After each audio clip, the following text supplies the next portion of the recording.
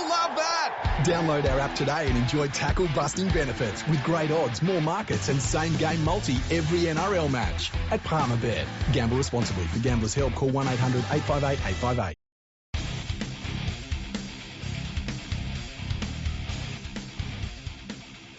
Welcome everyone to episode 417 of Fergo and the Freak. I'm your host, the Glorious League Freak, and today I am joined by rugby league historian, published author, the leading statistician in the entire world of rugby league, Andrew Ferguson. How are you today, Andrew? I'm doing all right. How are you going, mate? I'm going really well. That's good to hear. Looking forward to State of Origin 3, the decider. I saw that Freddie Fittler said that New South Wales has to win this game. And I just thought that if he'd said that, like at the start of the series, that New South Wales had to win it, it just would have meant that we didn't have to play 3 games. It would have been great. Just would have saved a lot of people a lot of trouble, really. I wonder how long it took him to figure out that the Blues need to win this game. It's complicated. Do you reckon there was a brainstorming session with the rest of the New South Wales coaching panel that would have sat around a table looking at the numbers going, 1 win, 1 loss, only 1 game left.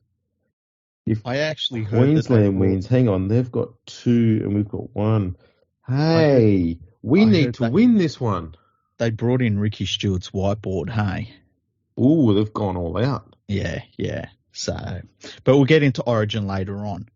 One thing I wanted to talk about to start the podcast, and we've talked about it a little bit over the last number of weeks, are coaching directors at clubs and how normally coaching directors are brought into clubs that are not going all that well, and they're brought in by boards and CEOs who are either incapable of making decisions or they know they're not the right person to make any decisions, so they get somebody else to do it, and they can use that person as a scapegoat as well. Or the board's too gutless to do it themselves. Yeah, because it's an admission that they've done the wrong thing to start with. Yeah. Now, we've seen a few coaching directors come in, and one thing that they all have in common is that they decide that the coach is the problem, and they all end up sacking the coach. Now, the West Tigers brought in Tim Sheens as a coaching director, and Tim Sheens had a look at the situation in front of him. He had a premiership-winning coach in Michael Maguire, who had done a lot of work with a club that was really going nowhere. He was doing his best. Just when it looked like they were getting somewhere, he decided that the club needed some stability, and so he sacked Michael Maguire, brought in Brett Camorley as the interim coach because they needed somebody in place to be able to attract players on the player market. But Brett Camorley won't be there next year. It's pretty clear. And in the last couple of days, Tim Sheens has put his hand up to be the new coach of the West Tigers next year. Can you tell me what you feel in regards to this?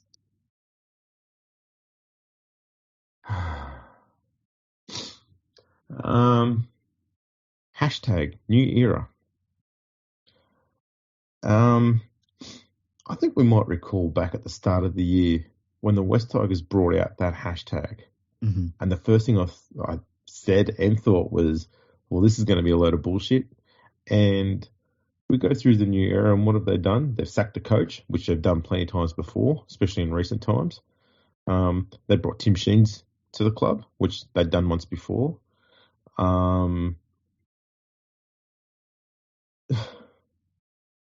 They now don't know what the fuck they're doing with their halves. They've got no forward pack, which they've done before. That's another Sheens thing. Mm-hmm. I'll make a prediction here. If Tim Sheens does become coach, completely expect Luke Garner to play 5'8" at some point. I think Luke Garner is on his way to Penrith next year, actually. Well, that means he's got the rest of this season to get the 5'8".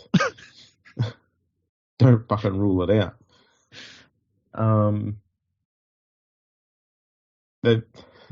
they've had a halfback who they'd go on to get rid of and then replace with someone who's worse.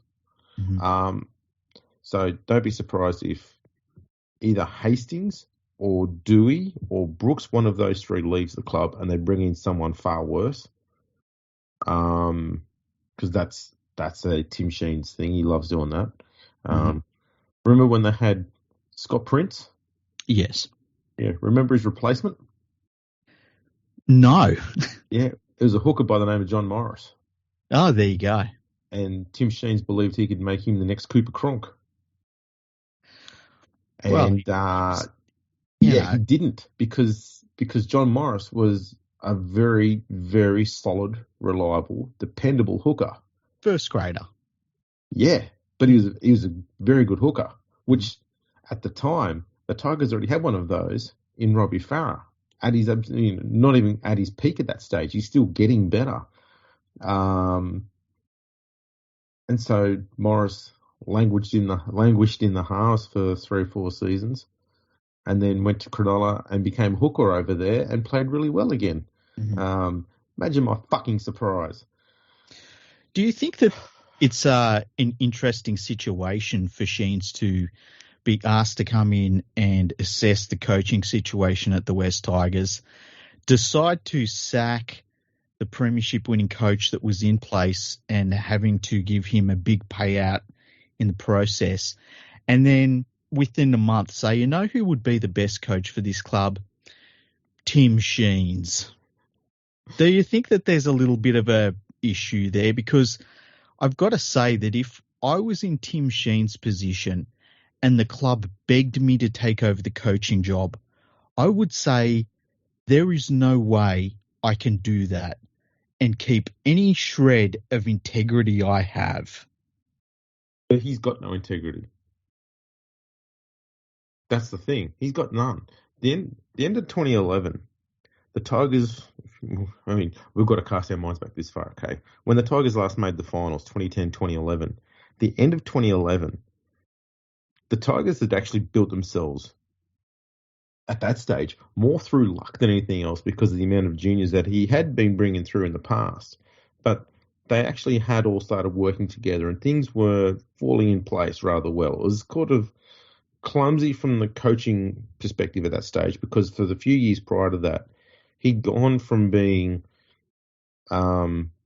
passionately devoted to bringing through tons of juniors, which the Tigers went through for a fair phase from 2004 to 2008, 2009. And they just started buying players who didn't necessarily fit what the club was trying to do, but they bought them anyway because they were available. That's kind of when that whole bullshit started. Mm-hmm. And that was a Sheens thing. That can't last forever, though. I mean, it's only been going for 11 years now.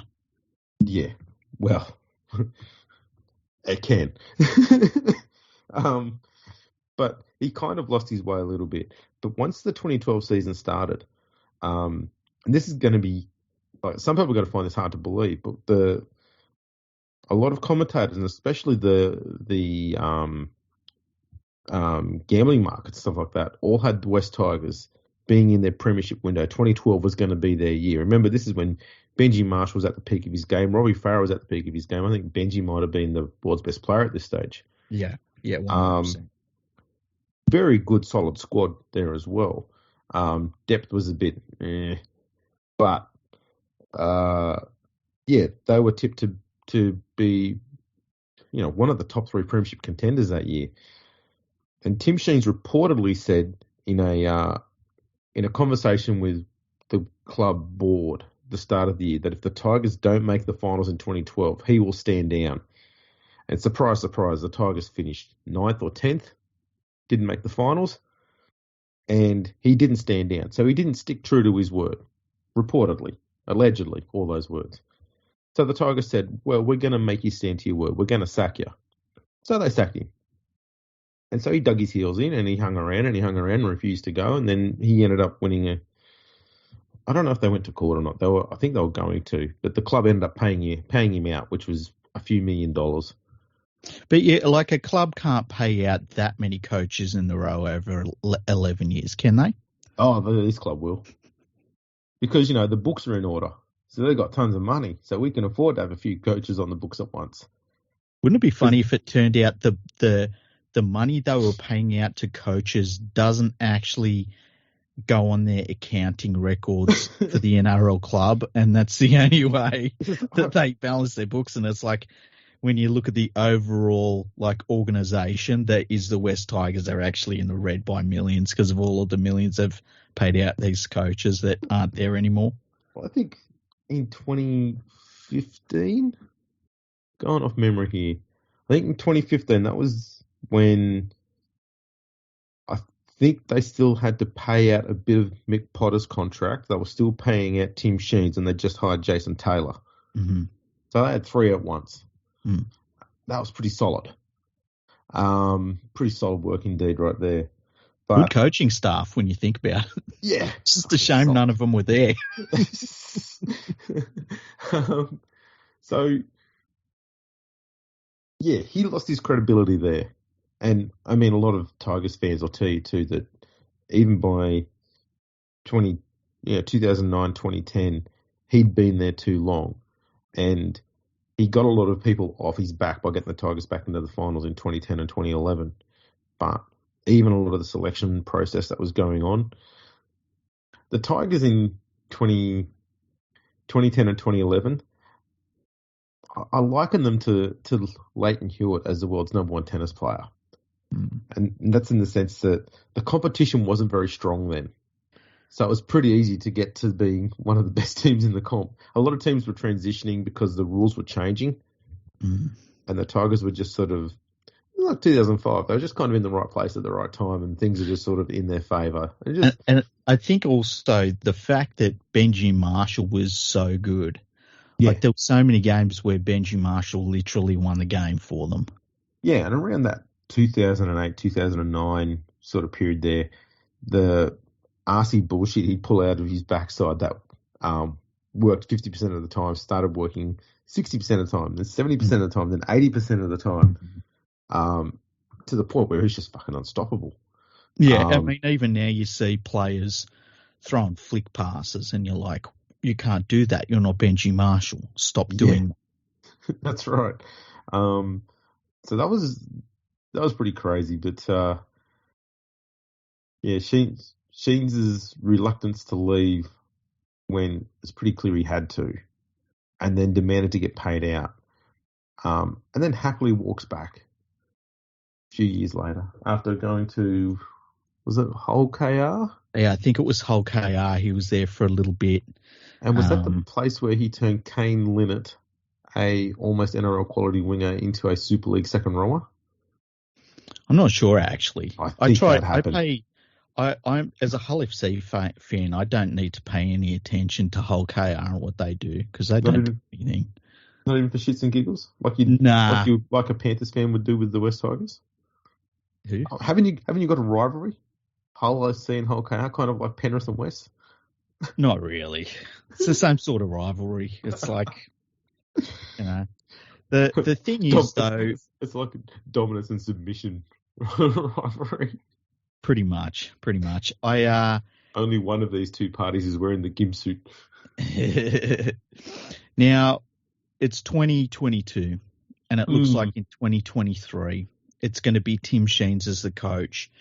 And we have joked that these coaching directors, at the heart of the matter, they all decide that the best person to coach is themselves. Well, let's be honest, the only person they know knows how to coach is themselves. But yeah. A good coach can coach a lot of different players to do a lot of different things and get the best out of each other. But they're the only person they know that can do that. Just ask them. Tim Sheens can't look at anybody other than Tim Sheens and go, oh yeah, I can see what he's doing there. Well, he the thing only is knows too, what he knows because they do have this massive ego, which you've mentioned before. Yeah.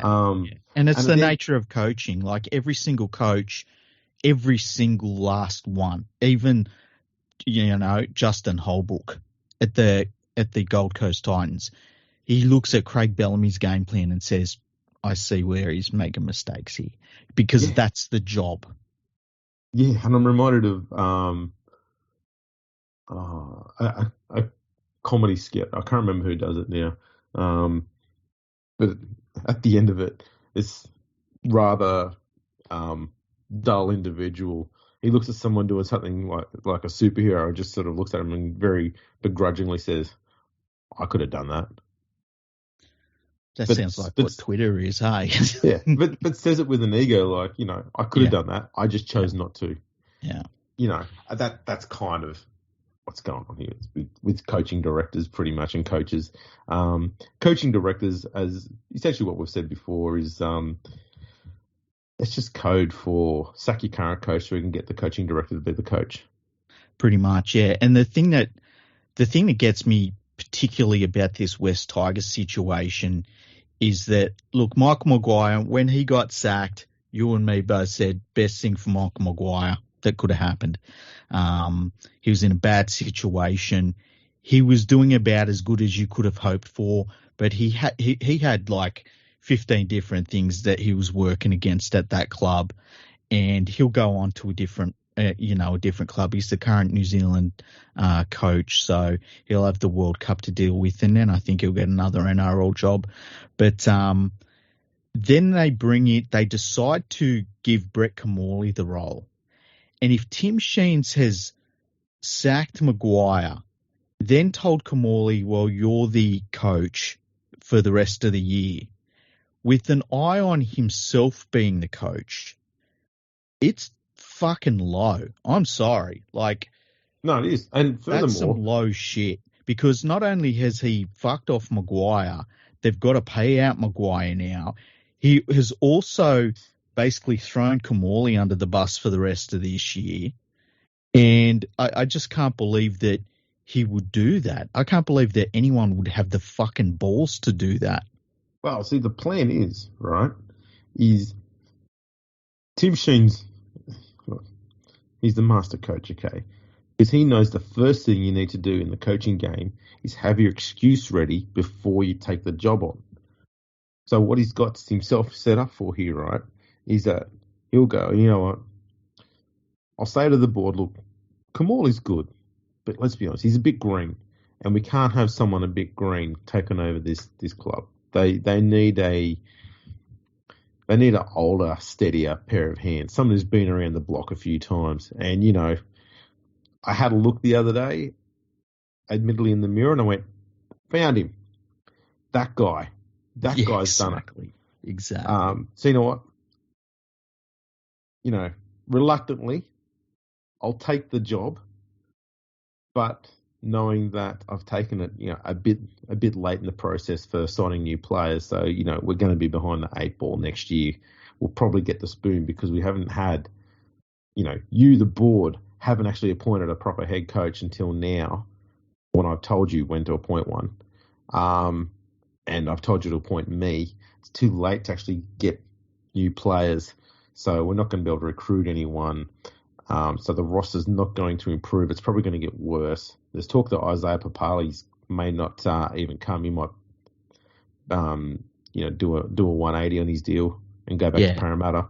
There's been a lot of talk, though, out of the West Tigers that they're standing firm and that they've got an ironclad contract with him and he won't be going anywhere. And the first thing I thought was, well, so did Michael Maguire, first of all. So did Luciano Leilua. I remember them talking like that when they had Ivan Cleary as coach. Well, yeah. Look how that worked out. Probably makes really good things for Isaiah Papali'i, hey. The only thing is, though, okay, Papali'i is only going to be getting paid second rower money at Parramatta. I mean, he could be getting halves money at West Tigers. True, but I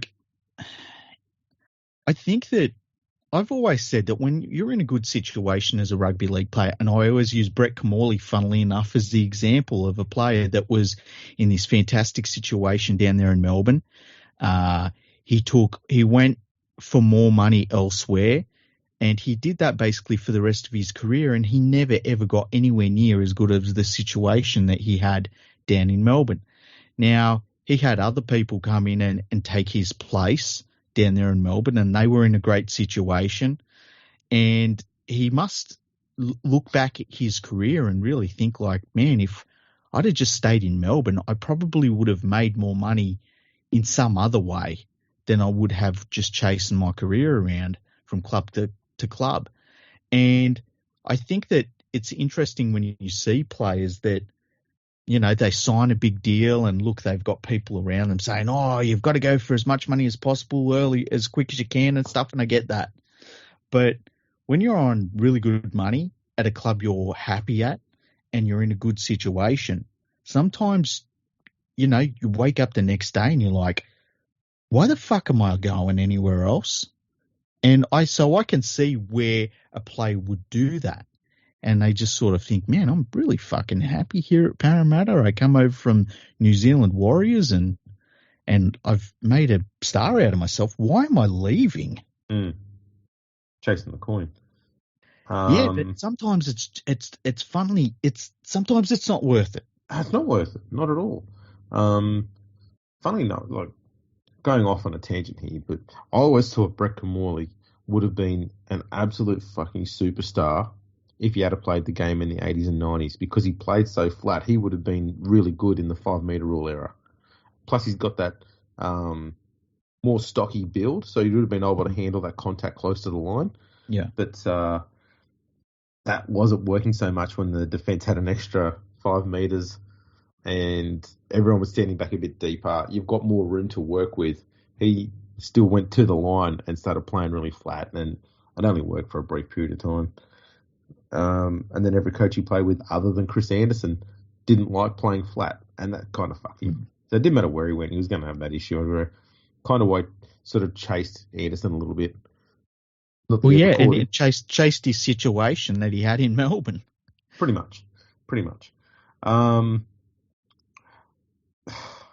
The weird thing about Camorley at the Tigers is I believe there was some talk that he was trying to get the players to just enjoy their football, have a bit of fun.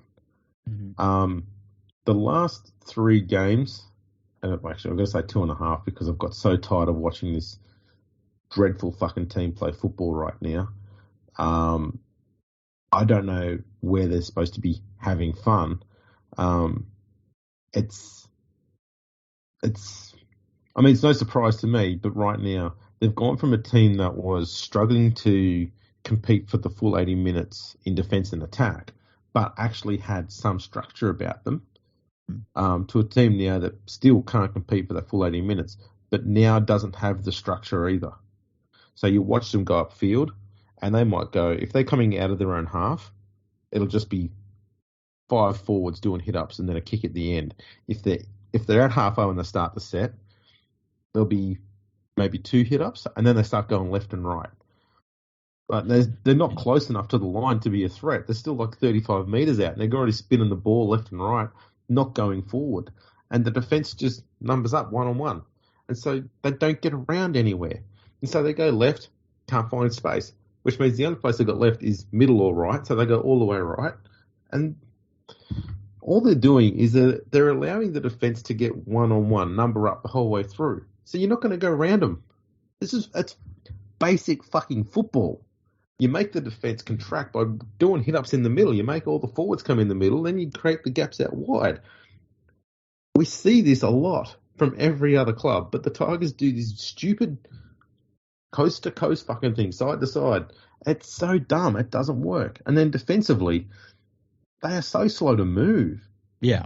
I've never seen a team so slow to move left and right. The sliding defence reacts to the attack instead of working kind of at the same speed as what the attack's moving along at. And then you just see random gaps just appear out of nowhere. People, one player just sort of notices that, oh, fuck, I'm getting a bit caught out here. I'll just run up out of the line and see if I can shut down the play. Sometimes it works because, there might be a player who's got the ball in the hand and they're not an experienced half. So they just go, fuck, what do? I'll just run it. And they get caught. And then you get someone who's got a little bit of nous about them and just goes, oh, here's a gap. Long ball, dry. And the amount of times this team turns off, just completely fucking shuts down, gone. And then someone hits the reboot button and turns it back on again. Oh, we're fucking back in action. they're a mess. Everything about what that club is doing right now since Maguire got sacked is an absolute mess. Yeah, it's crazy that in the space of a month, it could somehow have gotten so much worse so quickly. I mean, I'm looking, and I'll do a preview of the upcoming NRL round after Origin is over. But at the moment, they've named Jackson Hastings at lock, which is my God. I can't even put into words. I've lost words for how dumb it is. The thing is, this whole lock thing, halves playing at lock, sometimes worked in the early 2000s, but that was only because we had a lot of 5'8" who were built like forwards, like Brad Fittler, Trent Barrett. They could handle that contact. Oh, and by the way, giant dudes themselves. Yeah. Like giant dudes. Like they were giant 5'8s. Yeah, and Hastings is big for a 5'8" or a halfback in England, where they don't play the same style of football as we do in Australia, where you got to make the meters up through the middle first before you go wide. In England, it's all just let's just go wide. So you can be essentially, quotation marks, you can be a middle forward if you've been a half. You don't have to do as much of the work in the middle as you do in the NRL. So Hastings at lock in Super League works as a concept that will work. But it won't in the NRL. It's too structured. Yeah, look, I think that the elephant in the room is Luke Brooks. I don't care how nice a dude he is. I don't care how much pressure's on him. He's on $1 million a year. I'm sorry, I can't feel sorry for a footy player on $1 million a year. He is the start of their problems because he is not a first grade quality player. He's actually getting worse as time goes on. Like he's detrimental to their performances, and the fact that they've put Dewey at 5'8", they've got Brooks at halfback, and they've got Hastings at lock. It's like, what the fuck are we doing here? I'm sorry, this is stupid. Now, I don't care about what high-minded, ideas they've got about this extreme ball playing that they're going to have in this side. It's all a load of shit. They're in last place. Like, they're shuffling deck chairs on the Titanic. Which is a Sheens thing, man. He fucking loves this. He does. And it's like all of this clever bullshit is not going to work. Like Jackson Hastings is playing in the same position as Jason Tamalolo. Yeah. Like, fuck off. But this has got all the hallmarks of Tim Sheens, though. This is what Tim Sheens always did. The best ball player we've got in the game as a lock is Isaiah Yeo. And he's fucking gigantic. Okay? It's like he's an anomaly. That's why he's so fucking good at that role. Every other lock in the game is a giant. And this idea that Jackson Hastings, he's on a hiding to nothing. Like if I'm Jackson Hastings, I'm saying to my manager, get me the fuck out of here. I could go and play for the Dolphins next year or something. These cunts have me playing at fucking lock. Yeah, I mean, let's be honest. Isaiah Yeo, he doesn't look like a massively heavy unit, but he's 106 kilos. Yeah, he looks like a fucking accountant. Yeah. But he's a giant human being with great footwork, and it's not like you look at him and you say, this guy should be a 5'8". He's not that good of a ball player. But for a lock, he's a really good ball player, and he works really well with his hooker and his halves. And it's just a nice unit that they've got there at Penrith. That's what she said. He's 195 centimetres tall. He's 106 kilos. Yeah. Hastings is 11 centimetres shorter and 11 kilos lighter. Yeah. That's noticeable. It's not fair to Jackson Hastings. No. I don't understand it. And I just look at this West Tigers team and I don't even know. It's the whole thing. It's just the whole thing. Like from the whole club, there's like maybe 2 or 3 people I would take from the entire organisation and be like, oh yeah, them. Like it was weird.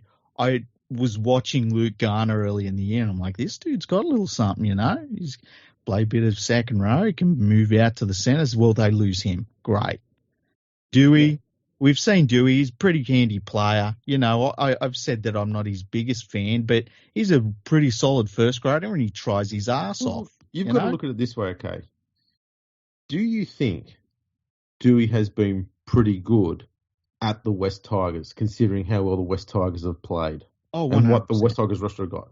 But okay. Maybe their best player over the time he's been there. Yeah. So take that into consideration and think how badly that Tigers roster is, how poor they play. Mm-hmm. And think, yeah, you know what? He's been their shining light. Mm. It's hard to be a shining light in a team that is so poor. Yeah. So he must be pretty good. Look, even Jackson Hastings, he comes in and he basically is playing around Brooks early on in the year and he looks all right in the West Tigers team. So what do? They start fucking him around, moving him around. It's the other problem they got is there's all this talk about all the leaks that come out of the West Tigers club. And so every time the media comes out and says the Tigers are going to do this, they're like, if we do it, then we confirm that the leaks are true. So let's not do it. And it's kind of like the persistence with Luke Brooks now is because the media's been going on about how Brooks is going to get dropped. And so they're saying, no, we're going to defy the media and we're going to keep him in the side. And who makes that decision? You know, who was the one that says exactly? And, you know, if he wants to be a coach, I just can't believe what he's done. I really can't. He should be ashamed of himself. Speaking of leaks, there's an article that came out earlier today. Tigers power brokers are reportedly pushing for the club to make a big money play to lure Mitchell Moses back to Concord because we need a few more halves. Well, any time that you can spend big money on an underskilled halfback, you've got to do it. You know, hey, you know, if you can do it once, you may as well do it twice at the same time. Yeah, you know what? I'm pretty sure when you look at Mitch Moses' resume, it's pretty fucking there. I mean, you are looking at it. He's like all of those Parramatta players. You kind of think, well, what have they ever won? Yeah. Oh, man. It's fucking insane. I just think that, and you wonder, is anybody in management ever accountable? The CEO's never accountable. I don't know. If I was him, I'd just go on holidays all the time. Who's going to fucking sack him? No one's going to sack him. The board is just a merry-go-round of fucking posers and people that don't give a fuck. They just love to be able to say, I'm a board member in the NRL. They don't give a fuck.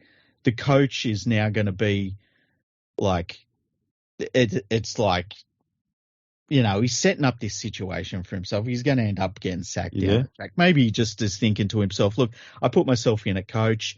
I do 1.5 bad seasons and they pay me out another 3 or 4 seasons. I've done this before. I'll do it again. And the juniors are all fucking frittering away. They're all going to other clubs. And meanwhile, Campbelltown's down there wanting a football team and they're all at Concord. Fucking unbelievable. Okay, so we can't talk about the West Tigers for forever, especially seeing as we're in round 17 coming up. Is it round 17 or 18? I think it's 18 coming up. And especially since we're up to round 17, round 18, and the Tigers don't matter anymore. Yeah, once we get into September, we don't need to talk about the West Tigers. It's one of their privileges. August. I think that's what Brett Kamali was talking about when he said he wanted a happy football team. He's thinking about September when they're all in Bali, getting bad tattoos and whatever else. Or July even. Maybe June. Is June a bit early? If only. Now, Brandon Smith got suspended for 3 weeks for calling the referee a cheating bastard in the last round of games.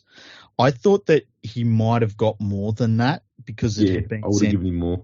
Yeah, I would have given. I thought 6 weeks maybe, just because I think 6 weeks is absolutely brutal for that. But I'm sure that if they gave him 6 weeks, no one would ever say that again. Yeah, I'd have been fine with 6 weeks. You can't go around.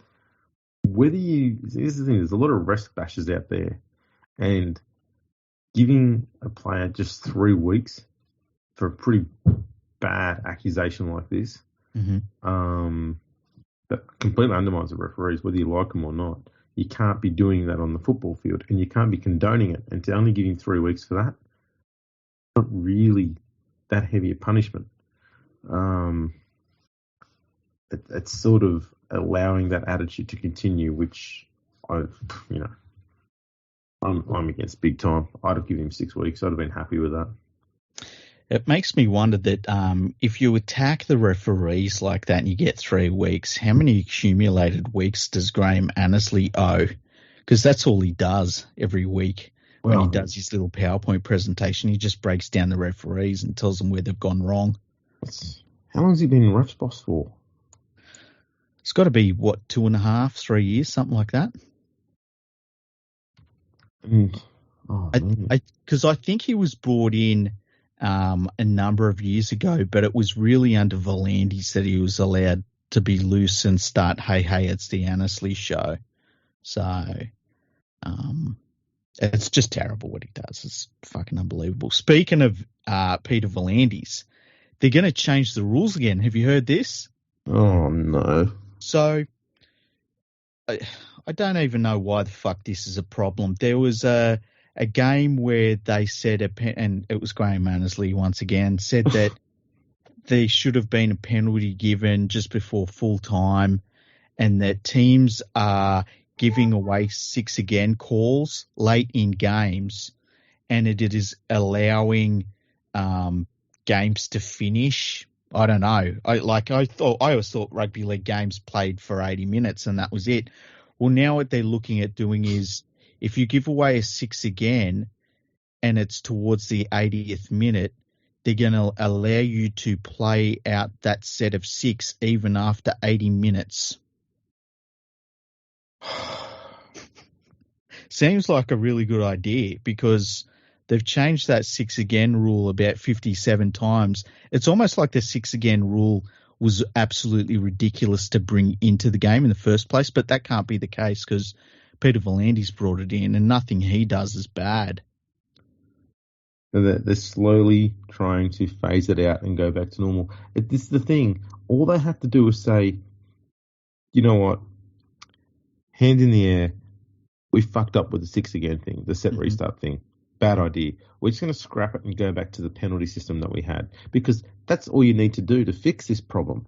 Yes. But instead of fixing this problem by just rolling back the fuck up to what we used to have, which worked fine, we're just going to attach 7, 8, 9, 35, 207 more fuck ups on top of the original fuck up to make things worse, but almost to try and justify the original fuck up. This is dumber than the West Tigers hiring Tim Sheens as head coach. Yeah.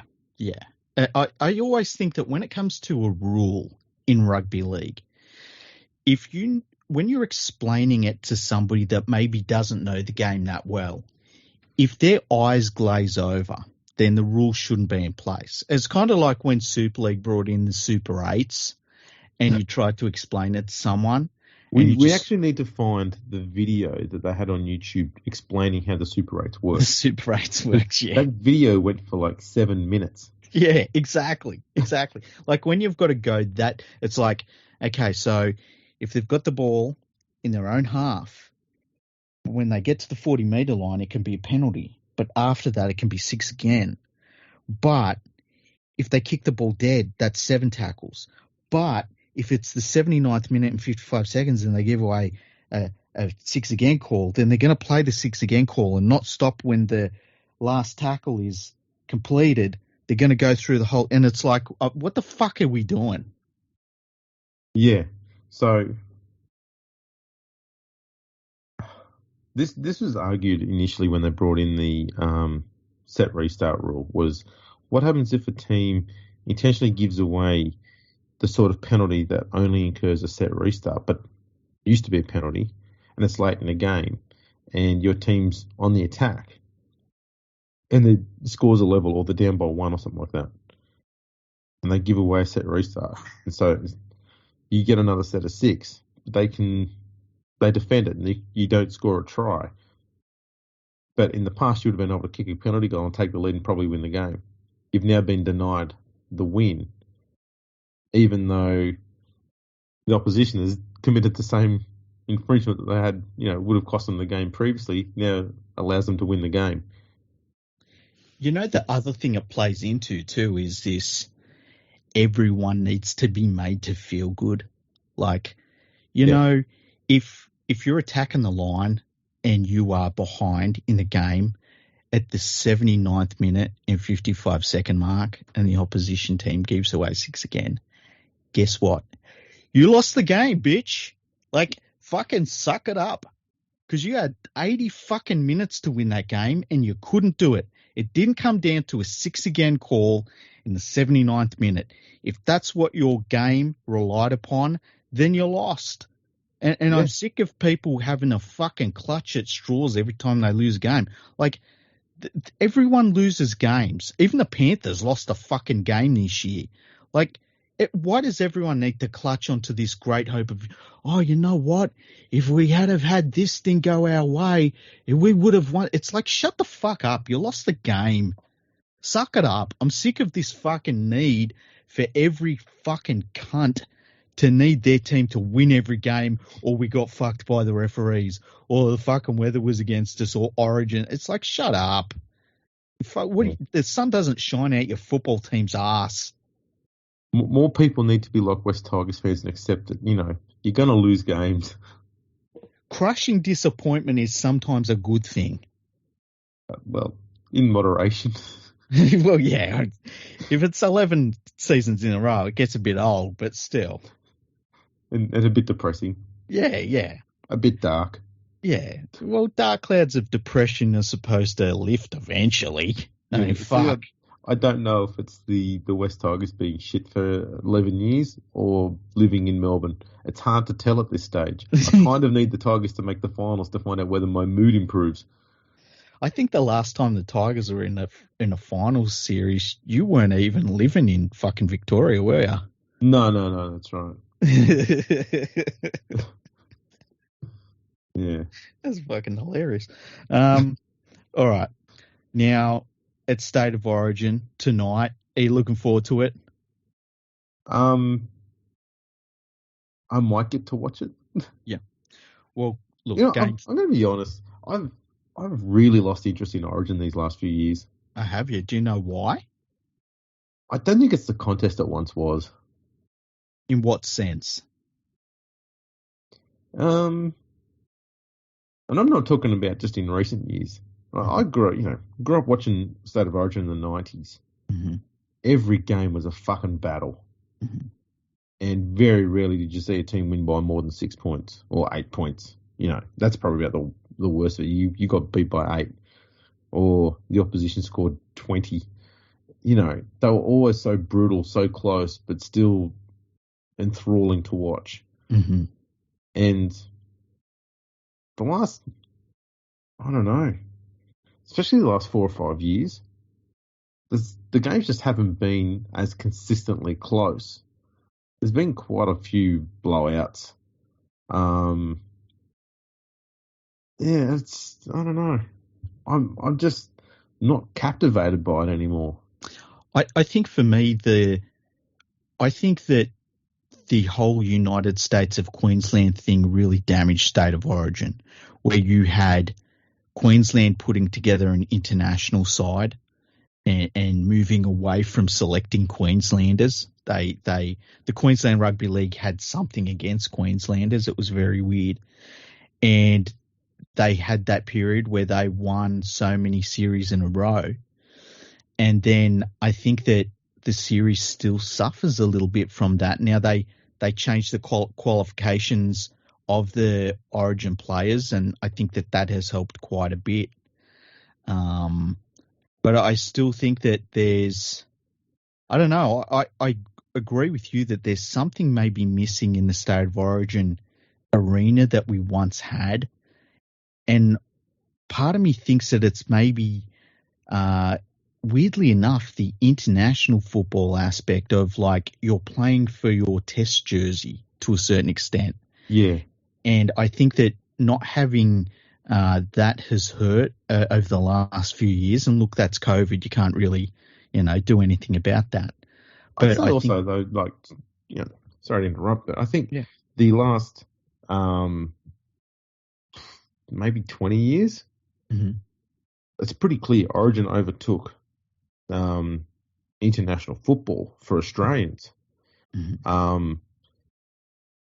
That alone was an issue because it meant that Origin became the peak, and playing rugby league after the grand finals kind of like, do I have to?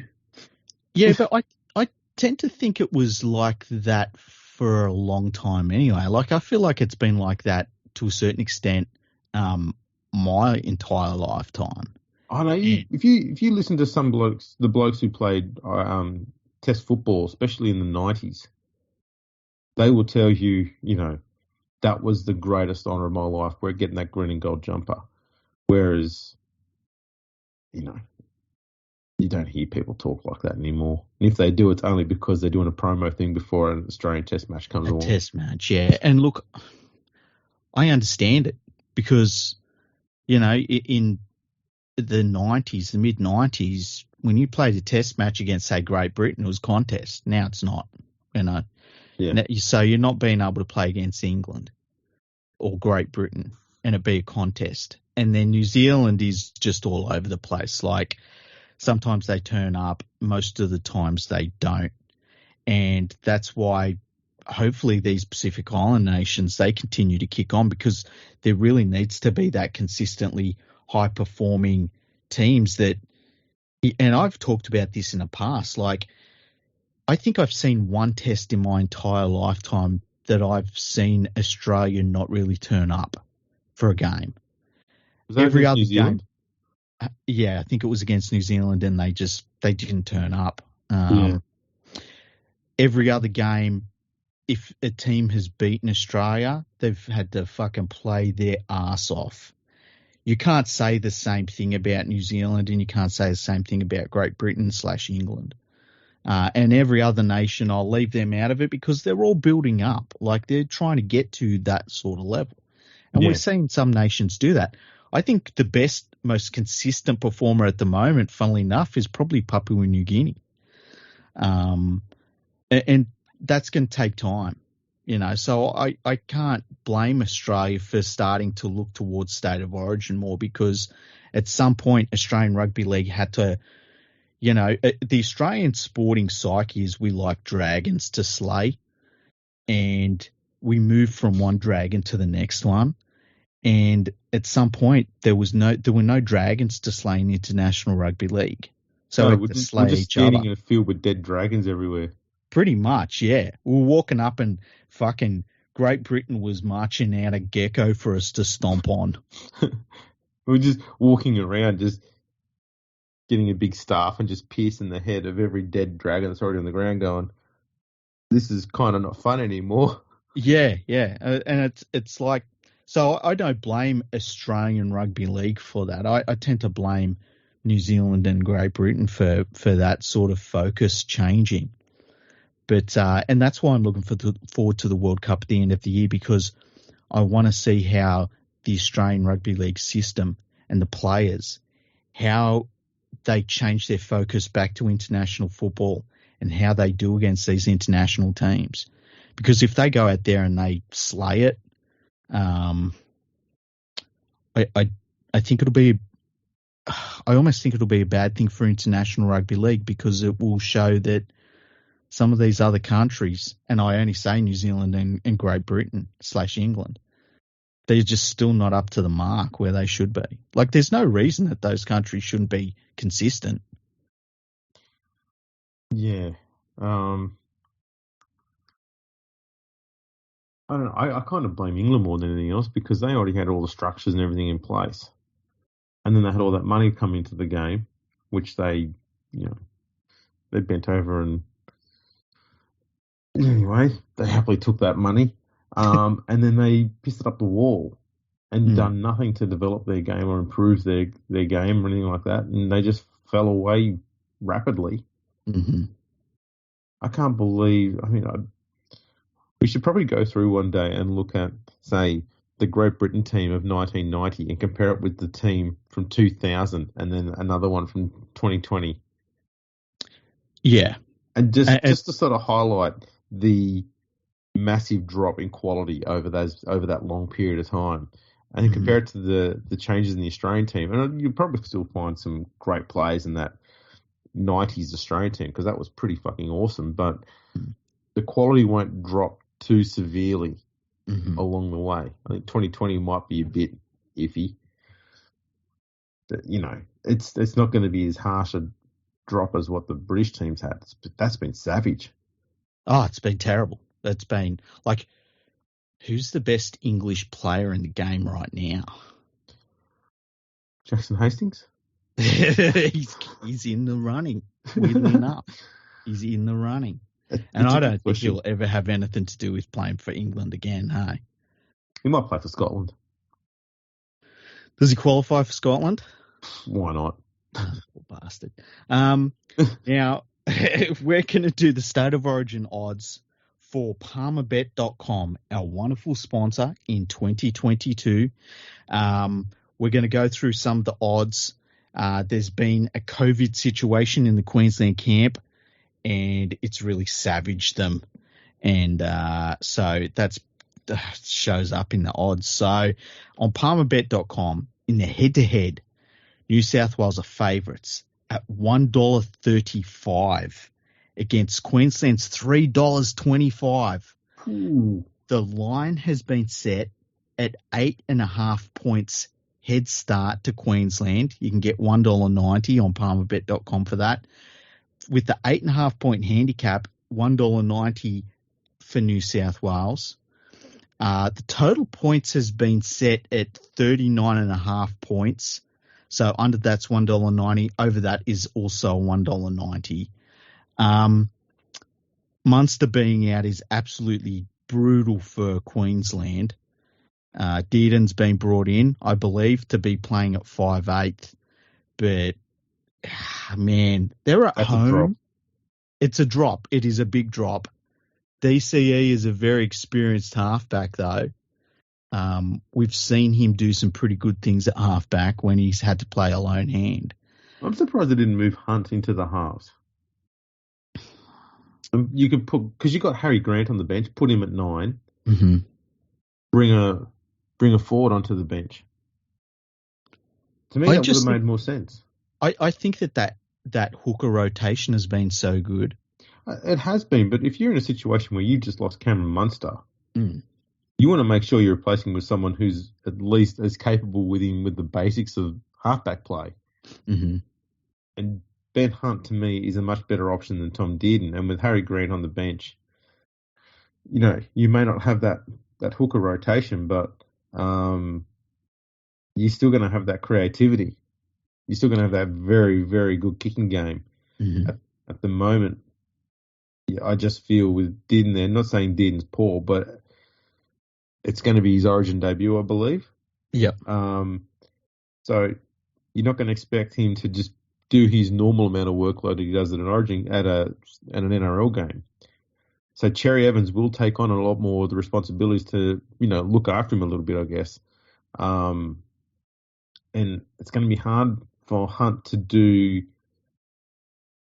more assistance than what he currently does from hooker. So that's kind of what I'm getting at there. I'd rather Hunt moves to 6 and Grant comes in at hooker, and then if you want, you can put Dearden on the bench.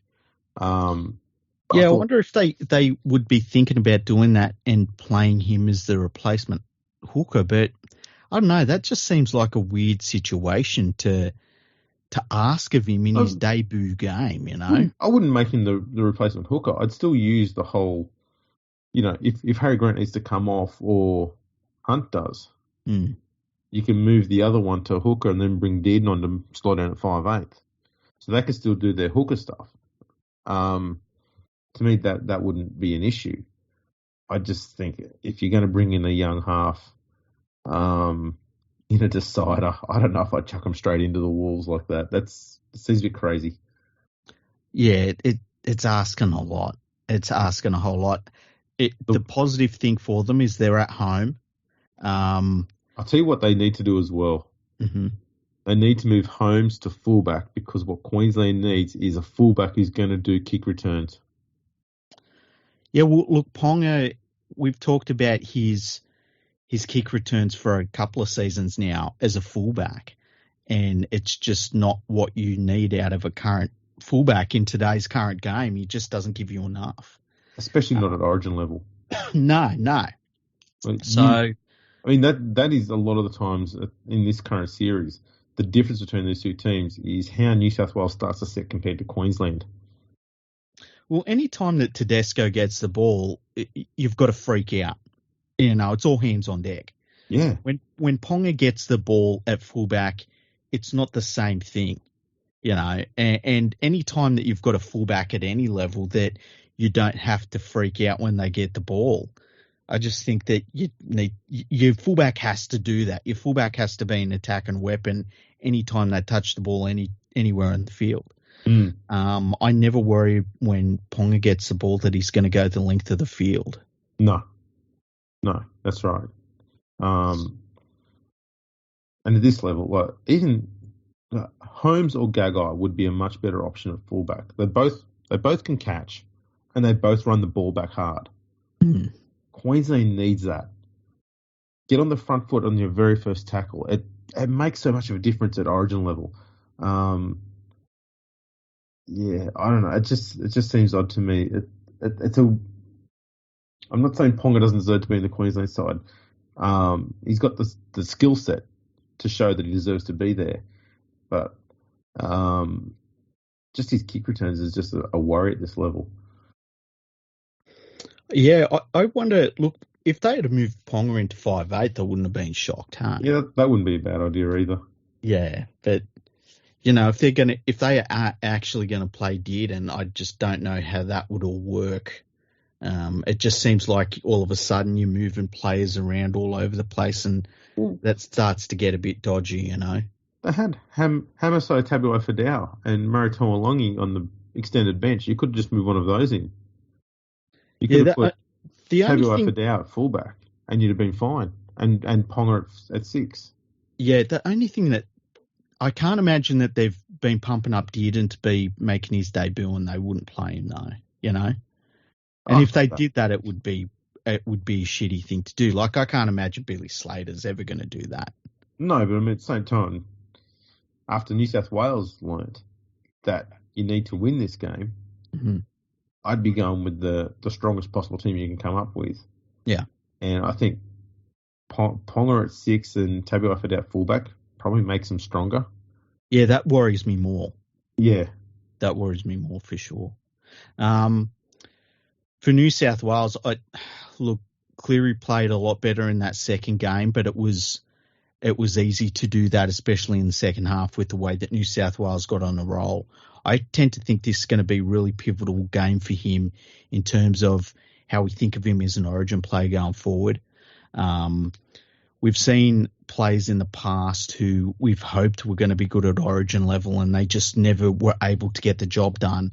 Cleary doesn't actually have that hanging over his head, because we've seen some really good performances out of him at state of origin level. But if he comes out in this game and he underperforms, I think it will be something that will carry forward for him. I want to see him come out and be really dominant in this game. And even if New South Wales loses the series, I think we need to see Cleary step up, take control of this New South Wales team, really boss his teammates around and make that role his own, because he's going to be the New South Wales halfback for the next 8 years or so, unless somebody unbelievable comes along. And the time is now. I was thinking about this a couple of weeks ago. The time of talking about Nathan Cleary as a young halfback, it's over. He's here now. He's the standard, and he can't rely on being a young player anymore. He's got plenty of experience now, and he's a premiership winner. He's played enough Origin games. He needs to be one of the stars of this game, I think. Yeah. Fully agree. Now, do you think that Queensland being at home with the 8.5 point head start. Like, that's juicy on Palmerbet. Yeah, Queensland, they do get a significant boost in playing at Suncorp. Mm-hmm. No doubt about it. Is it enough, though? That's the thing. Yeah, I don't know. I think New South Wales was so dominant in that second half. They're going to have their tails up now. Mm-hmm. It's going to be hard for me to go, even if I was to be completely unbiased, it's hard for me to look at how Queensland could possibly win this game. But I don't think it's going to be the walkover that the last game was. Yeah, I agree. The only thing that worries me is that there's been so many times where New South Wales has been in this position where they've been like, all right, second game, we played so good, third game, we're just going to carry that momentum. And then they get absolutely ambushed and they lose. And it's like, well, what the fuck happened? Yeah. That's the only thing that gets me about this game. I think if Munster was in the side, it would be a little bit of a different thing because he's one of those big game players that can, change the momentum of a series like this. But as soon as I found out that they'd lost him, it just really sucks. It was really shaping up as this colossal showdown between these two teams. And Munster is just one of those great Origin players, I think it's fair to say. And see him not in this decider, it's just such a shame because he's got the spicy flu. He's got a fair bit of the Dale Shearer about him in a Queensland jumper, hasn't he? He does, yeah, he does. Doesn't matter what his form's like anywhere. Put him in a Barone jumper, he just turns out and just fucking destroys teams. And he's also got that thing of like, when he's on and he gets the ball, just everything he does is horrifying. Yeah. And you just, you hate him. You hate everyone around him because he's just so damn good. Yeah. He's got that. I don't want to compare him directly to him, but he's got that little bit of the Wally Lewis about him where it's just like, this guy's fucking bigger and stronger and faster and knows everything that's happening around him. And you know what? Has that time and that clutch moment sort of stuff, like knows when to pull out what play when. That was the thing in that first Origin game was the amount of one-on-one strips he did and how many times he did them effectively and at the right time. Insane. Unbelievably talented. But yeah, definitely got a bit of that about him. He's more of a king than Clint Gutherson will ever be. Oh yeah, 100%. 100%. Well, first of all, he doesn't call himself the king. That's key. I've learned in my life that people that call themselves the king of anything are absolute jerks, Andrew. Is that every person? Every fucking person. Jerks. The lot of them. But robots and freaks are different. Oh, yeah. Of course. Yeah, that's completely. They're not people, so they're different. They're completely different. Yeah. It's just it's like apples and oranges, really. Exactly. I don't know how, but it just is. Yeah, well, they're all fruit. Now, I'm taking it you're picking New South Wales. Yeah. How much by? I'm going by 8 points. 8 points? Yeah. So have you got a score prediction? I'll go 22-14. 22-14. I saw that as a test of my mathematic acumen. I'm taking your word for it that added up to 8 points difference. I always find it difficult to be impartial when it comes to Origin. I think that it's going to be. I don't think it'll be a blowout. I tend to think it's going to be 8 to 10 points difference, though. And I'm going to say 30 points to 18. That's 12 points. I know. I'm allowed to pick my points.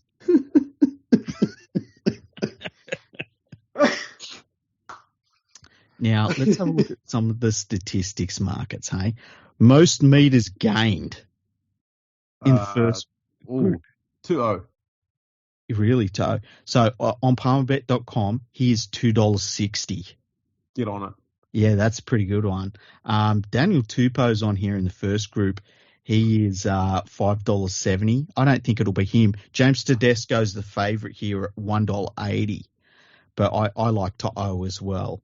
I think the only thing that might impact 2-0 from getting it is the fact that Tedesco is also no slouch at doing kick returns. Mm-hmm. And it depends where Queensland kicks the ball, I guess. They're going to kick it to 2-0's wing an awful lot, then 2-0 will get it. If they're going to kick it straight down the middle, then Tedesco will get it. But I'd be inclined to go with 2-0 because you will take the first hit up more often than not. And that won't be a slouchy run either. Yeah, he's it's crazy how many meters he makes as a winger. And as a dude that's not the tallest dude ever, but he's just built like a fucking battleship. It's absolutely insane. Let's have a look at some other. Okay, so player performance here.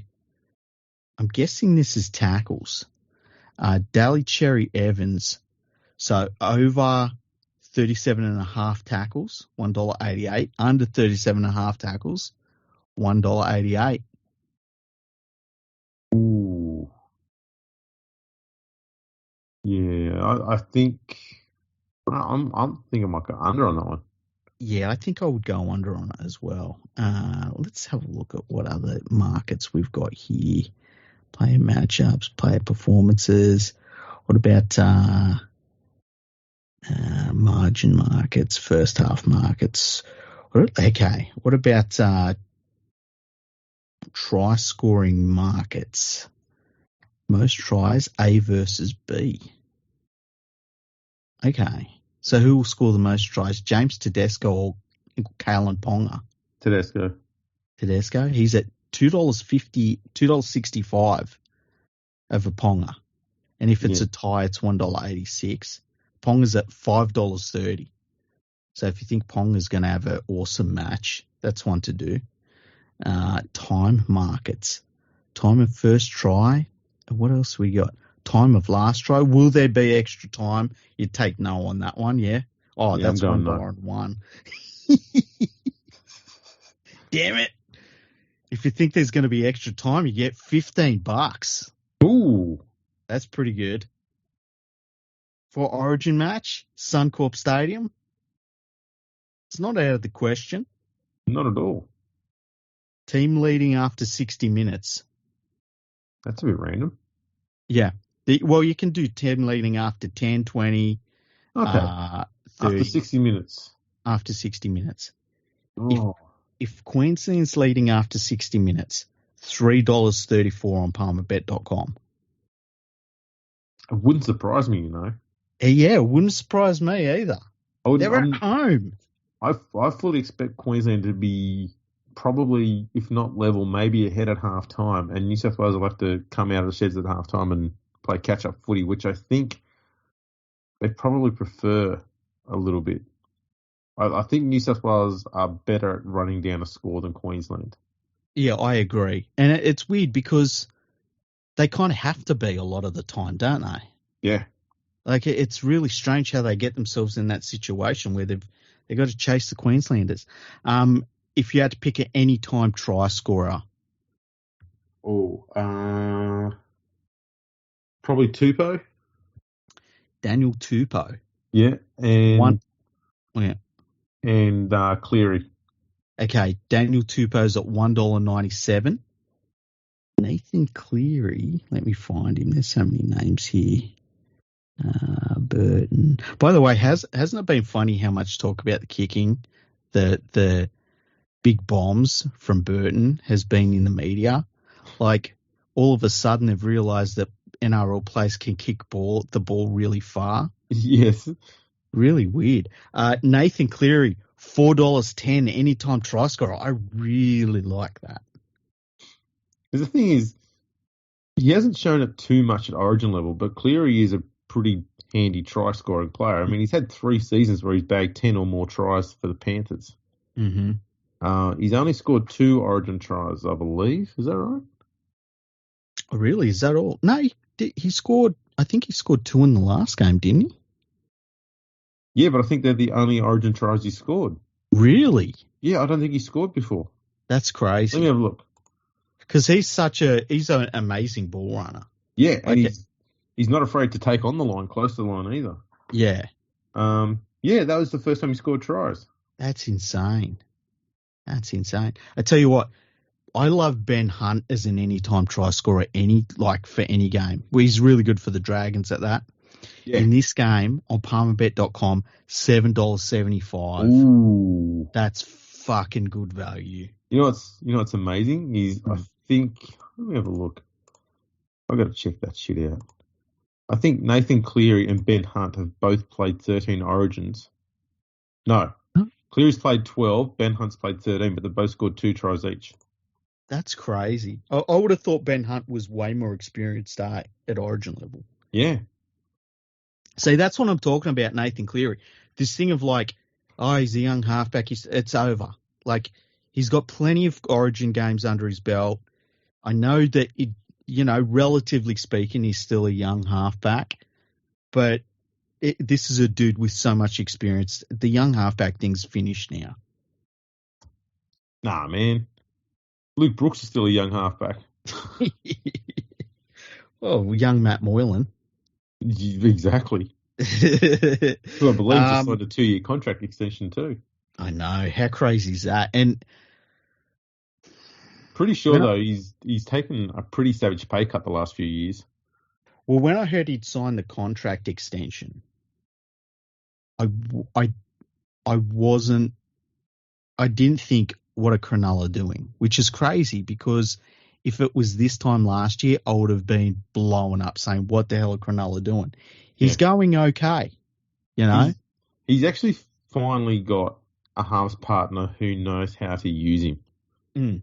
And that's made a world of difference. Instead of teams constantly thinking that Moylan is their saviour at halfback, they finally got themselves someone who's a genuine halfback who knows how to use Moylan when he needs to use him. And Moylan's learnt that he had a running game. Yeah. Yeah, and look, that was always his strength, his running game. Mm. Running with, and he's one of those players, and the early comparisons to Lockyer were a bit silly, but the reasons why they were there is because when he would run, he'd have the ball in 2 hands. You didn't know if he was going to pass it or not, and by the time you worked that out, he was gone. Yeah. So those comparisons weren't as silly as Luke Brooks as the next Andrew Johns. Well,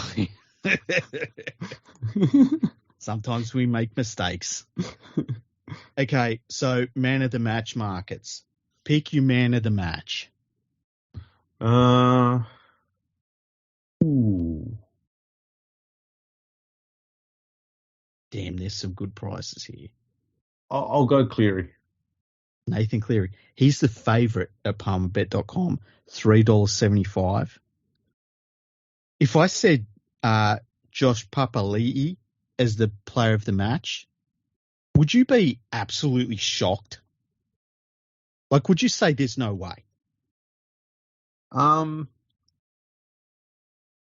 I could accept Papali'i being the best player on the field.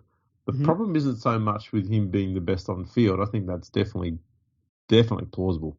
Mm-hmm. It's more, these awards do tend to go to playmakers more often than not.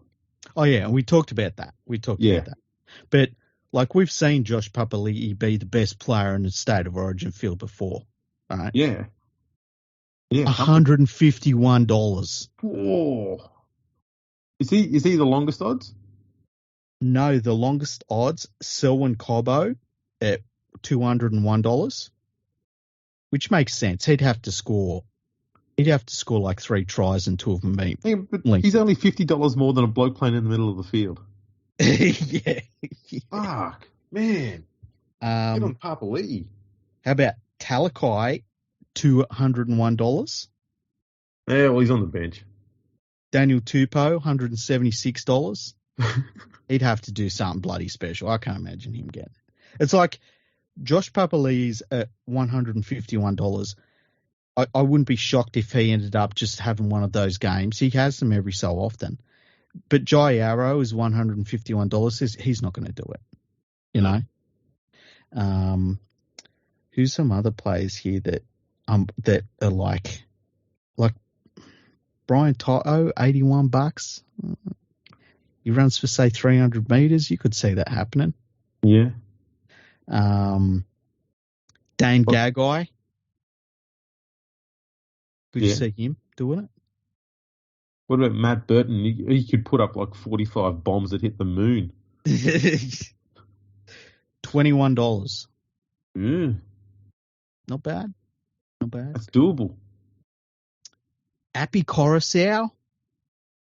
Maybe scores a couple of tries out of dummy half. Makes 40 be hard tackles. for the hookers to get it though, both given that there's 4 of them. Yeah, that's a good point. That's a real good point. Isaiah Yo's $15. I could easily see him being man of the match, hey? Yeah. Yeah? You're not convinced? How about, well, no, I wouldn't be so. I probably think that the price is a bit short. You reckon for Isaiah Yo? Not much, but I think it's a bit short. Okay. What about Jake Trbojevic? Jake Trbojevic. I was looking at his name just now. Where is he? Jake Trbojevic, $34. Because see, he's going to be playing a very similar sort of role to Yo. Yeah. So I think they should both be around the same sort of mark. They're both going to be in that middle of the field, ball playing sort of stuff. So I'd probably have him around those sort of marks. See, to me, it's crazy that Jake is at $34 and Josh Papali is at $151. Yeah, that's nuts. That's fucking crazy. They should all be around the same. All those props and locks should all be around the same price. They're all in the middle there. Jacob Saifidi. Oh, well, he can be about 400 to 1. He's $101. Oh, you get off. better money for Josh Papali. Fuck off. We should all go to palmerbet.com, right? I know we say gamble responsibly. Okay? I know we say that. You should gamble responsibly. Get all the money you've got, right? And the money you don't have. I'm not saying to go and borrow money. Okay? Just, credit cards have limits, but these limits can be moved. You're going to make $151 for every dollar. Yeah. Josh Papali. That's right. Put everything you got on there and the house, and make sure when you do win that you just flip a few coins our way for helping you out. Yeah, that would be handy. Yeah. This is completely responsible. This gamble responsibly, people. What about? I'm trying to. People all gamble so that we don't have to. Yeah. So they're the main markets on palmerbet.com. Gamble responsibly, okay? But put all your money on Josh Papali, man of the match. Yeah, responsibly put all your money on there. Yeah. Pay all your bills, then put everything you've got left over on there. You'll be fine. The important bills, anyway. Yeah. The electricity one to run the TV. Yeah. So anyway, thank you to palmerbet.com for supplying the betting odds for State of Origin. We're going to be doing a preview of the upcoming NRL round, but we'll do that after the State of Origin game so that we know the ins and outs and stuff. I saw that Penrith had decided to rest all of their Origin players against the West Tigers. Well, when you're playing the bye round, you don't want to injure anyone. True. Just having a quick sneaky peek at the odds for that game.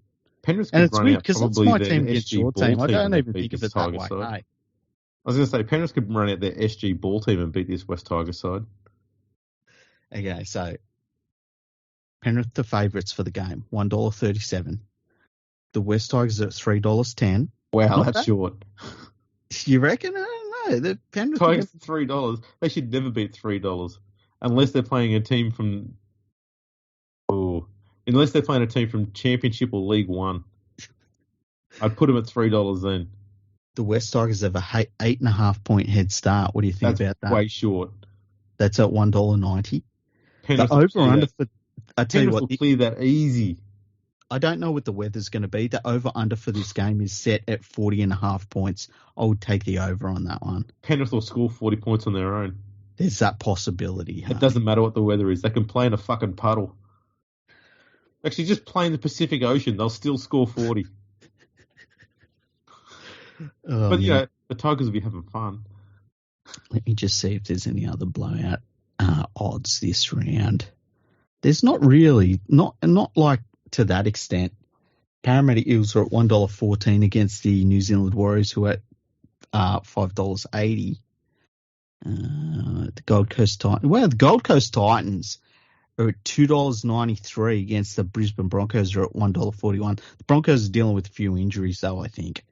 And, you know, you never know with those games, those Queensland derbies. Yeah. But yeah, I'll do a full preview of those games after Origin anyway. But yeah. I won't make any promises. I might make a guest appearance. Oh, you're gonna turn up. Yeah. I might. If the coin's good, I might turn up. Yeah. Well, last night for our listeners, we were going to record, and I messaged Andrew very early on and said, "Dude, I will be sound asleep, so we can't record." And I fell asleep. Yeah. And I believe I replied at about midnight. Yeah, you did. Because I was already asleep when you sent me that message.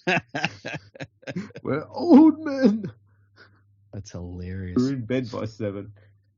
Anyway, it's been a good episode. Hope everyone enjoys the State of Origin game. Go New South Wales. I hope that we crush those dirty, filthy Queenslanders. 8 to 10 point victory, 18 points to 30. Yeah, 8 to 10. That's solid. It's good, eh? Just for Parley. You went to the same schools as Mass's James Hooper when he was doing car evaluation prices. Oh, Jesus. By the way, you know what's been really weird? Leading up to this Origin game, people started out saying, like, why is RCG not in the New South Wales team? And it's like, you know, New South Wales just went in a different direction. It's not like RCG's one of the best props in the game. It's like you could pick, you know, a bunch of players. But anyway, so then at some point, some idiot in the media started this rumor that Brad Fittler had a problem with him. Like, Brad Fittler's got this fucking grudge against RCG. Well, that didn't hold any water. Well, so because Fittler was such a placid human. He doesn't have grudges against anyone. It's fucking ridiculous, right? So then there was this thing of, well, the Panthers players had a problem with their former teammate, RCG, and I'm thinking to myself, most of them probably didn't even play with him. And if they did, it's not like he's this fucking big, huge personality. Like, he's a nice enough dude. Like, what the fuck are they talking about? Plus, he's been gone for a few years. Yeah. Like, other than the West Tigers, everyone moves on from that stuff pretty quickly. Yeah, there's only one bitchy team in the NRL. We don't know only the team. It's just so weird. And then there was with the there was some stuff that was between the when Reece Walsh decided he was going to leave the New Zealand Warriors, and instead of going to the Dolphins, he was going to go to the Brisbane Broncos. Mm-hmm. And so then there were people in the media saying, well, the New Zealand Warriors have a real issue with the football manager at the Dolphins, and, you know, so they weren't ever going to release him to the Dolphins and stuff. And I'm thinking to myself, these people are supposed to be fucking sports journalists, not gossip columnists. But they're insiders. What are you on about? It's just so weird. Yeah, they're shit. Yeah. Anyway, I thought I'd bring that up. That's a very fair point. Yeah, yeah. So, anyway, it's been great having you on the podcast, Andrew. It's been great. I'd like to apologise to James Smith. Mm-hmm. I think he wanted more of a blow-up from me about the whole Tim Sheens thing. I've kind of burnt all the blow-ups out. I kind of feel a bit like that numbnuts coaching the Knights. Yeah, you can only throw like books across the room so many times before everyone tunes you out, and it's like, right. oh, this is. I forgot his name because he's unimportant and he's shit. He's such a poor coach. I'm surprised he hasn't been the Tigers coach yet. The year isn't over yet. I'm just waiting for the next suggestion from Matthew Johns as to who'd be a great coach for the Knights, because it's going to be a funny one. You know who I bet they'll say? Reckon Morley? Yes, you fucking got it. Because he's a former Knight. He's a former Knight. He's a former fucking Novocastrian. Yeah, bring him home. Yeah, bring him home. It's all about bringing him home. Yeah. I'm telling you, he didn't get a really good run at the Tigers. Yeah, he'll be really good. Remember when Matty Johns gave Garth Brennan a big push? Yeah. This guy's a great coach. He's going to make a great NRL coach. Garth Brennan was so bad that he just sort of disappeared. Like, you didn't even know when he got sacked. It just he just disappeared. I remember him. I think his last game as coach was at Penrith, wasn't it? I don't know. I remember the footage kept panning to him in the coach's box, and he just looked like a man who'd already been sacked. And then he got sacked. Isn't it? That is weird when you see, like, Maguire didn't have that, which was kind of weird. But then there's other situations where you see coach and you just fucking know.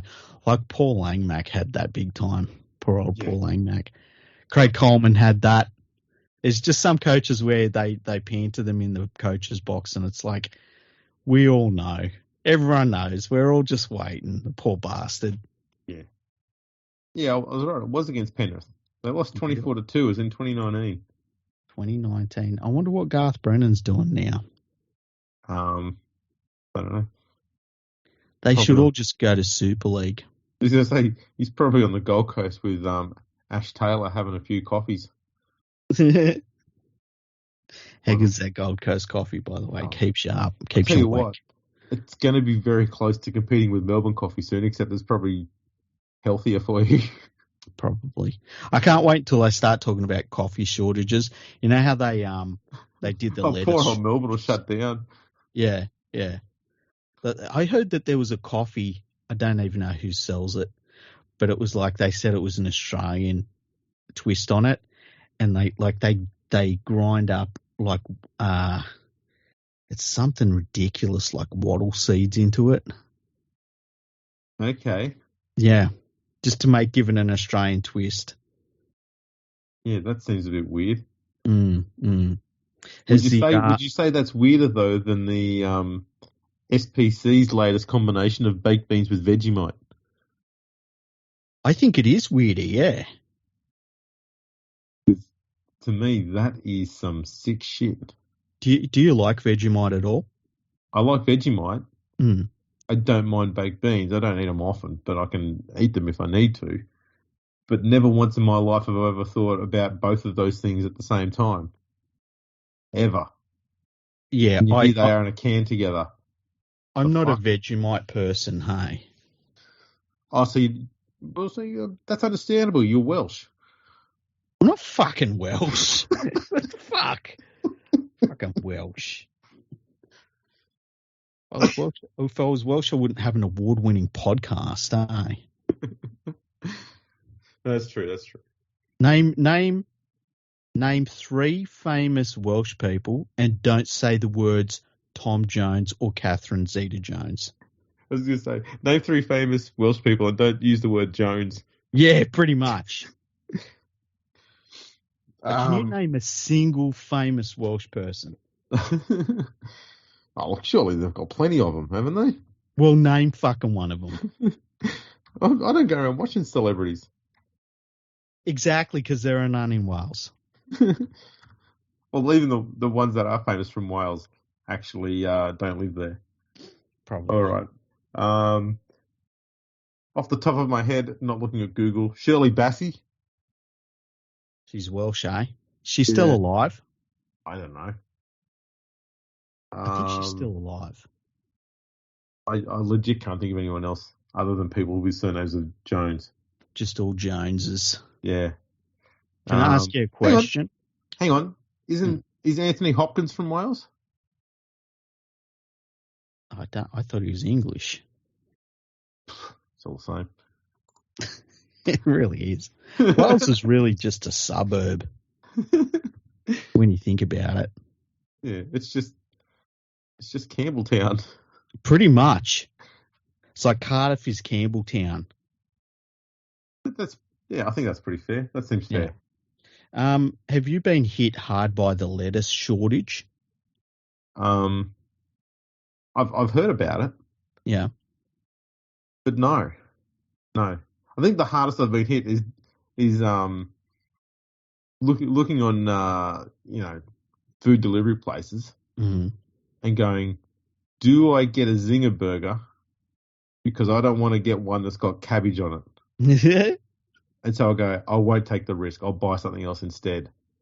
Then you go to a Porto and you go, I can't. I don't know. Are a Porto putting cabbage shit instead of lettuce on their burgers? It reminds me of the West Tigers player recruitment, where the answer is always just replace it with cabbage. They always start with cabbage and they replace it with spinach. All we want is fucking lettuce. Fucking spinach, what? Well, it's been a very good conversation about rugby league, about state of origin, and about Wales and cabbage. Yeah, we've done a pretty good circle there. Yeah. Tell us about your website, Andrew. rugbyleagueproject.org. We've been doing a bit of work on it recently, and we're adding some more details to it, which would hopefully we might start putting some of that through before the end of the year. So we're looking at putting in, at the moment, score lines for reserve grade games in the New South Wales Rugby League. Just to see what we can find. Because once you put the scoreline in there, it creates a match record. So if we find team lineups, then we'll put them in as well. So you might start to get more of a picture or a story, I guess, of a player's full senior career. Mm-hmm. So that's something that we're thinking of working on there. Doing a lot of work on the English game at the moment as well, getting that stuff elite. Mm-hmm. Because no one else is bothering.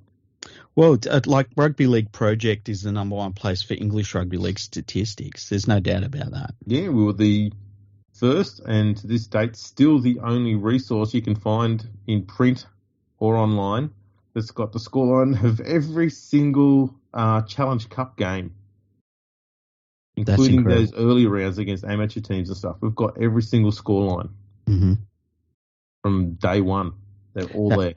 That's why when people want rugby league statistics, they go to Rugby League Project, because you go to the best and that's it. That's all you need, and it's all free. Any other projects coming up? Anything in the pipeline? The now annual Rugby League Project annual that we have that we do in conjunction with League Unlimited, that's going to be even more thorough. And it will actually have an absolute first in it for English fans. But I won't give away too much there. Yeah. Just keep something. Just keep them wanting more. Keep the audience wanting more. So we'll be providing something in a rugby league annual for English fans that English fans have never had in a rugby league annual before. As far as I can remember. I mean, I'm going back to 1980, 81 anyway. Mm-hmm. Excellent. Well, that's something to look forward to. Yeah. Well, thank you to everyone for listening. This has been... hang on a sec. What about your website? Well, my website is called leaguefreak.com. My website's been around since 2004, hey? Yeah, since before the internet. Pretty much. My website is older than, I believe, Google and YouTube. Yeah, that's impressive. Except for if you look at how much they're all worth, and then it's just a crying shame.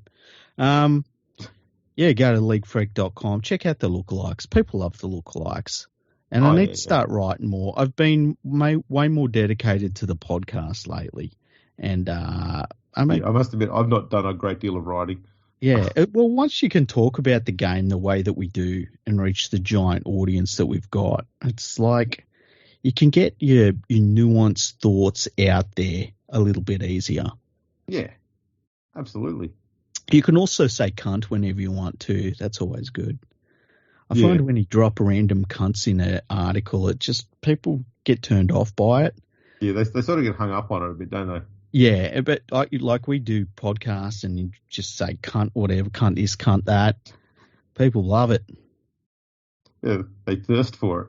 So, they love a good cunt. Thank you everyone for listening.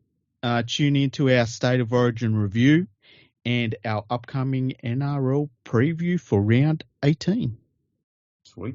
Palmerbet with the big don't argue. Punters will love that. Download our app today and enjoy tackle busting benefits with great odds, more markets and same game multi every NRL match at Palmerbet. Gamble responsibly. For Gamblers' Help, call 1-800-858-858.